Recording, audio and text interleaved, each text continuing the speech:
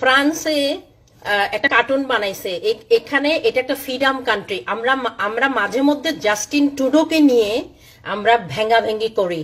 ট্রাম্পকে নিয়ে যখন তোমরা কার্টুন বানাও, তোমরা যখন মুখ বেঁকা বেঁকা করে যখন কার্টুন বানাও, তখন তো তোমাদেরকে কেউ মারতে আসে না, কেউ তোমাদেরকে ডান্ডা নিয়ে খুসাইতে আসে না। হ্যাঁ, তো ট্রাম্পকে নিয়ে তোমরা কার্টুন বানাও না, তো ফ্রান্সের মধ্যে একটা টিচার এটা অধিকার আছে।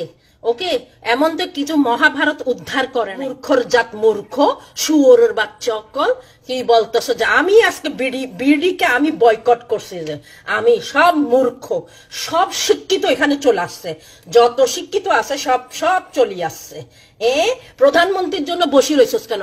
নিজেরা বাইর হ না। হে হাবি মিসকিনের বাচ্চা মিসকিন, আমার এখানে একটা আলতু ফালতু কথা লিখবি, একদম বয়কাট, একদম বয়কাট। ওকে, আমি কারো ধার ধারি না। ওকে, যখন ট্রাম্পকে নিয়ে কেউ যখন মুখ ভাঙ্গাভাঙ্গি করে, যখন কার্টুন বানাই, তখন তো আমরা কেউ প্রতিবাদ করি না। আমরা তো কেউ প্রতিবাদ করে না ট্রাম্পকে নিয়ে কেন তোমরা আজব গজব করো। বেড়া থাকবি এখানে, হাইকবি এখানে। ফ্রান্সের মধ্যে সব গোয়াল্লা ঢুকছে, কি বাল করবে যে, যত বক বক কিচ্ছু করতে পারবি না। সবগুলিকে মাইরা মাইরা পিঠটা বাইর করবো, বুঝছিস?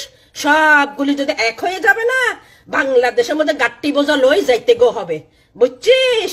এত লম্বা কথা কইছা। বাংলাদেশে কে কাকে 1 টাকা দেয়? যে এই যে করোনার মধ্যে মানুষের ঘরে খাওয়া নাই, কে কাকে 1 টাকা দিচ্ছে? যে ফ্রান্সের মধ্যে দেখগা প্রত্যেক মাসে চেক চলে যাচ্ছে, খানা যাচ্ছে, খানা এগুলি পাইতেছে। তো ফ্রান্সের মধ্যে সরকারি খানা খাইতেছে, গপর গপর গপর মফতা টাকা পাইতেছে, যে সরকারি ঘর পাইছে। জানোস, এগুলি ক্ষেতের বাচ্চা, ক্ষেত গ্রামের থেকে সব আসি ফ্রান্সে উঠছে। যে বাথরুম আগে তো নালার মধ্যে না ক্ষেতের মধ্যে হাঁকতো, এগুলি এখন ফ্রান্সে যাইয়া রে ইংলিশ কমন্ডে টাট্টি করে, বাথটাবে গোসল করে, বুঝছিস?